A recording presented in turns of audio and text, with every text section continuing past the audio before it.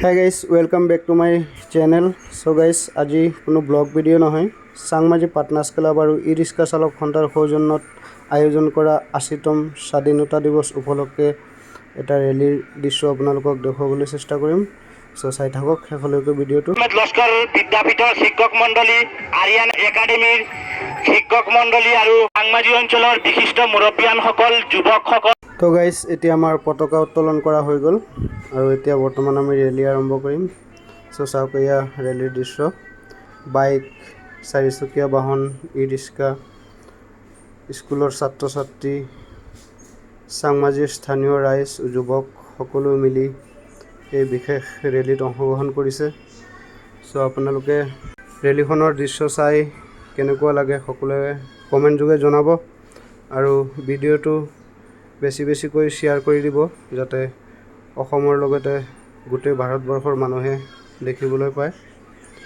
আৰু Changmaji partners club আৰু ই rickshaw চালক সন্থাৰ এই পদক্ষেপক আপোনালোকে কি বুলি জনাব, সো কমেণ্টত জনাবলৈ নাপাহৰিব।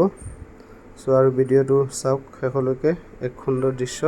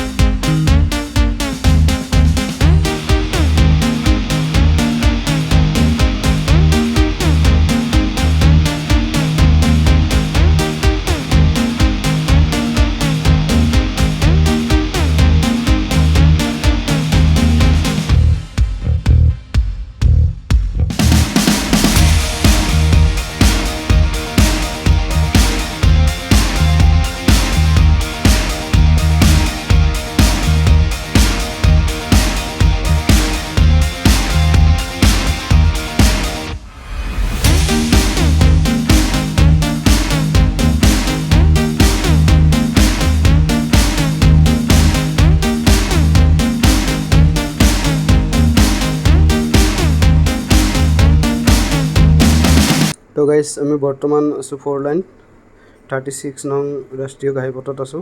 এয়া হ'ল আমাৰ টুল গেট। চ' আমি চাংমাজি বজাৰৰ পৰা ৰেলীখন আৰম্ভ কৰিছোঁ, আকৌ চাংমাজি বজাৰত গৈ সমাপ্ত হ'ব। বাইকখিনি আপোনালোকে প্লিজ নাহিব আগত, আপোনালোকে বলেৰো দুইখনৰ পিছফালে থাকিব। ধন্যবাদ। তো গাইজ, ফাইনেলি আমি ৰেলী সমাপ্ত কৰিবলৈ হ'ল। আমি চাংমাজি বজাৰ পালোঁ আহি আকৌ।